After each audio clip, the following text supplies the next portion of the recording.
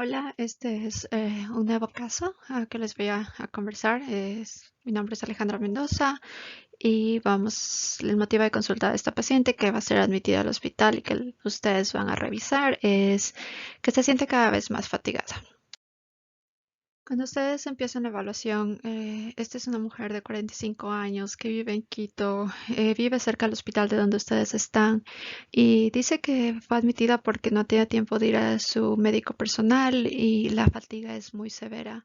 Incluso tuvo un desmayo ayer en el trabajo por la cual le enviaron a la emergencia y la emergencia la admitió hacia ustedes. En esta situación de una mujer de 45 años con fatiga severa complicada por un desmayo, ¿qué son las primeras ideas que pensarían? Cuando ustedes le preguntan más detalles, les dice que en realidad en los últimos meses se ha sentido más cansada, quizás en el último año. Sin embargo, en los últimos 2 meses siente que aunque duerme más horas, tiene bastante cansancio, a veces se marea y dice que le duele el pecho, especialmente cuando sube las escaleras. Ella trabaja limpiando casas y dice que cada vez que limpia las casas le falta el aire, le duele el pecho. También dice que ha perdido peso sin tratar. Dice que perdió aproximadamente 10 libras en los últimos 2 meses. ¿Esto para ustedes es normal o qué van pensando mientras tanto? Como ustedes están pensando en en su diagnóstico diferencial, le preguntan si ha tenido episodios de sangrado o algunos episodios de trauma, se cayó, se golpeó la cabeza, ella niega todo. Pero lo único que les dice es que sí ha tenido mucha picazón en la zona vaginal, pero no cree que está asociado con los síntomas de ahora. En los antecedentes personales, ella les dice que ella no es originalmente de Quito, sino es de la costa y que vino a trabajar a Quito hace unos 3 años por motivos personales. Sin embargo, les dicen que en la niñez tuvo varios episodios de malaria que tuvo que ser tratada en el hospital, pero luego de la adolescencia ya mejoraron estos episodios y no ha tenido otros. Niega historia de anemia en la niñez y niega historia de desmayos en el pasado, de enfermedades del corazón o enfermedades respiratorias o asma. En la familia ella dice que sus padres tuvieron infartos al corazón, pero los dos están vivos y el tío tiene enfisema probablemente por fumar. Una parte que vamos a extender en esta discusión es la historia social. En infectología, la historia social es bastante importante para nosotros porque para nosotros los factores de exposición, los factores de riesgo del paciente son súper importantes porque hay muchas veces que los diagnósticos no son claros y a veces las exposiciones son las que les guían a un diagnóstico diferencial y a un posible diagnóstico final. Entonces, esto vamos a extender en la siguiente slide. Mientras tanto, ¿qué historia social le preguntarían a ella? Como les dije, la historia social es bastante importante en infectología porque nos ayudan a diferenciar factores de riesgos para específicos tipos de enfermedades. No es lo mismo una persona que vive en Suecia a las exposiciones de una persona que vive en la Amazonía. Entonces es súper importante.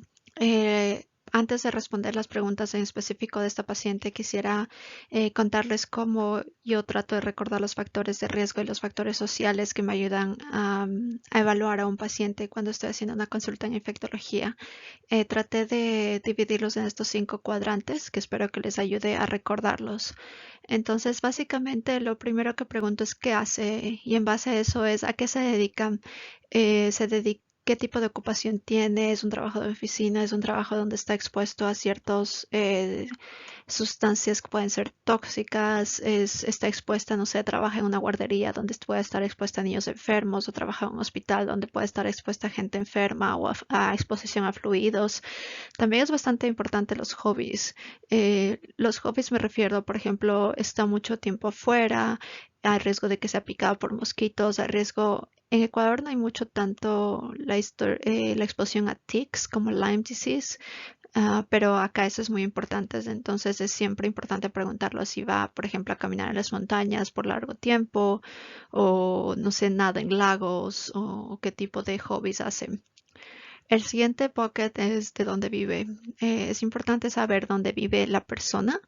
Por ejemplo, qué tipo de casa tiene. No es lo mismo alguien que vive en el medio de la ciudad, en un edificio, que alguien que vive en el campo cerca a las granjas.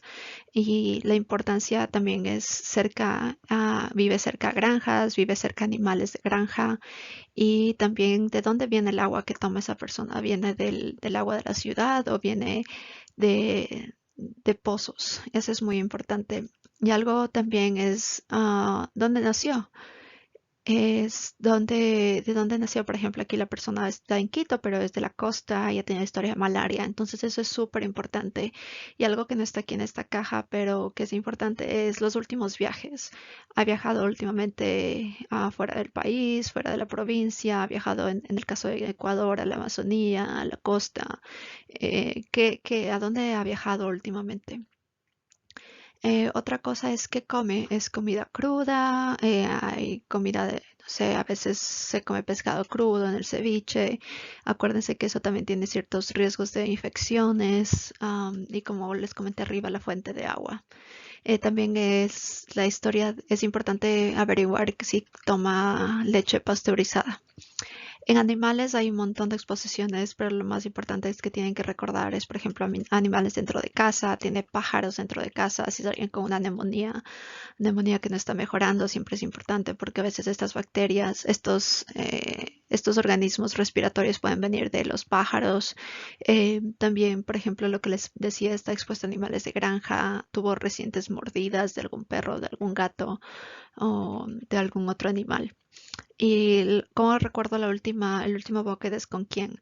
Es actividades sexuales, tiene una pareja, tiene múltiples parejas, ha estado sexualmente activa en los últimos años, usa protección, tiene historias de transmisión sexual y es importante siempre el uso de drogas, especialmente de drogas intravenosas, porque obviamente esto aumenta el riesgo de infecciones vasculares como endocarditis o también la contaminación o la transmisión de enfermedades como HIV, como hepatitis. Entonces, como ven, esto es una buena parte de la historia clínica que deben hacer.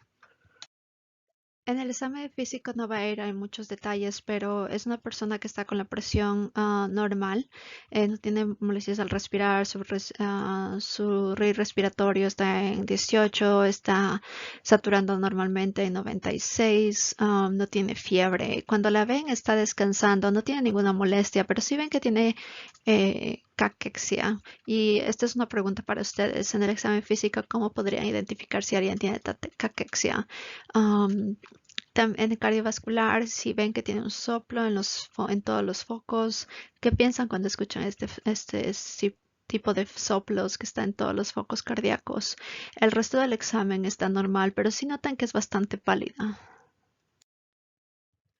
Entonces, ahorita vamos al diagnóstico diferencial. Recuerden que el diagnóstico diferencial es algo que deben tener luego de la historia clínica y el examen físico. No es necesario tener laboratorios para empezar el diagnóstico diferencial, porque los laboratorios que ustedes envían deben ser en base al diagnóstico diferencial.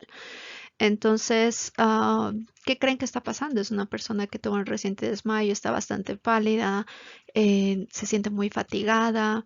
¿Qué pruebas enviarían? Acá tienen todos los resultados de laboratorios iniciales de la química sanguínea y de la hematología. Este es un buen espacio para interpretar estos laboratorios y también quisiera saber en base a estos laboratorios qué otros exámenes pedirían. Acá están los resultados de los otros exámenes que me imagino pidieron y qué entienden de estos exámenes. En base a los exámenes que vimos y en base a la presentación clínica, vemos que esta es una paciente con anemia nueva que parece que está haciendo hemólisis intravascularmente. En este caso, ella les dice que hace un año le hicieron exámenes de laboratorio y esta anemia parece que es nueva. Entonces, ¿qué pensarían que son las posibles causas de esta anemia? ¿Cuál es su diagnóstico diferencial de anemia hemolítica intravascular? Yo sé que estamos en infectología, pero hay otras causas no infecciosas de estas anemias. Aquí es importante, ya que estamos en infectología, es un buen motivo de aprendizaje en este caso, es qué enfermedades infecciosas o qué infecciones causan hemólisis. Este sería un buen objetivo de aprendizaje y en base a estas posibles infecciones, ¿qué otras pruebas pedirías? Y en base a eso, ¿crees que tienes que volver a conversar con la paciente? Recuerda que al inicio no te comentamos ninguna historia social. Si es que tuvieras que escoger ciertas preguntas sociales, ¿qué le preguntarías?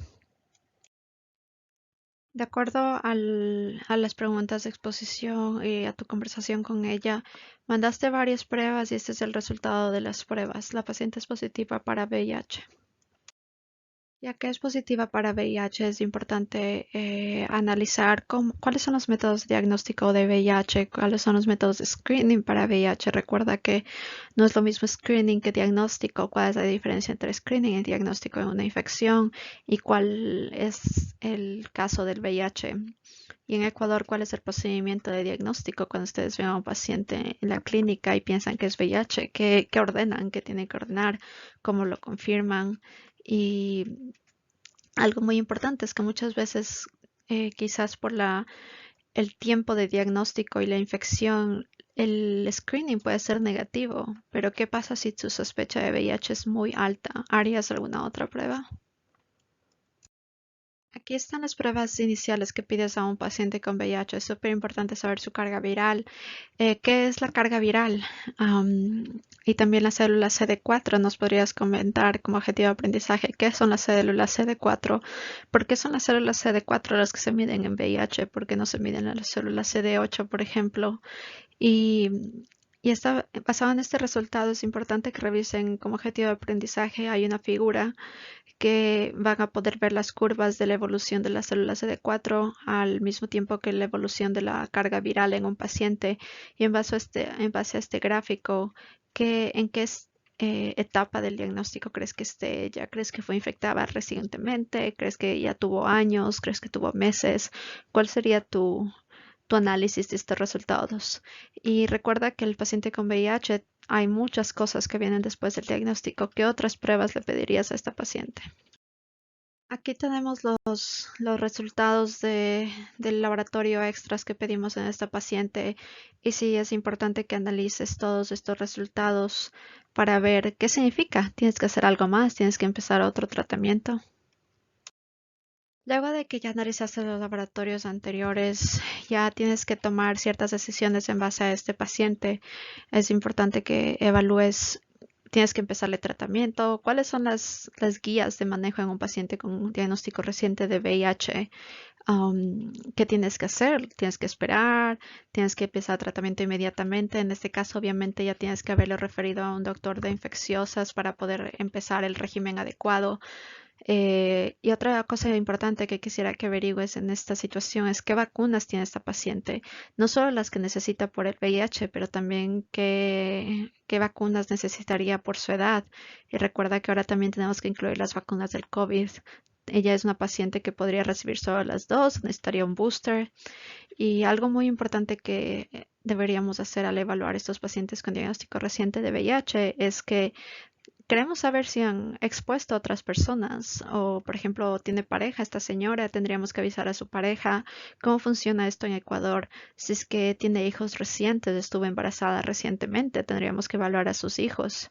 Y algo muy importante es basado en los CD4, en el nivel de CD4, ¿qué riesgo de enfermedades oportunistas tiene esta paciente? Y en base a eso, ¿tienes que empezar algún medicamento de profilaxis? Hay muchas, puse como información suplementaria las guías de manejo de VIH iniciales. No tienen que saberse todos los detalles de medicina general, pero sí tienen que tener una idea de qué enfermedades oportunistas existen en los pacientes y cómo se tienen que prevenir si es posible.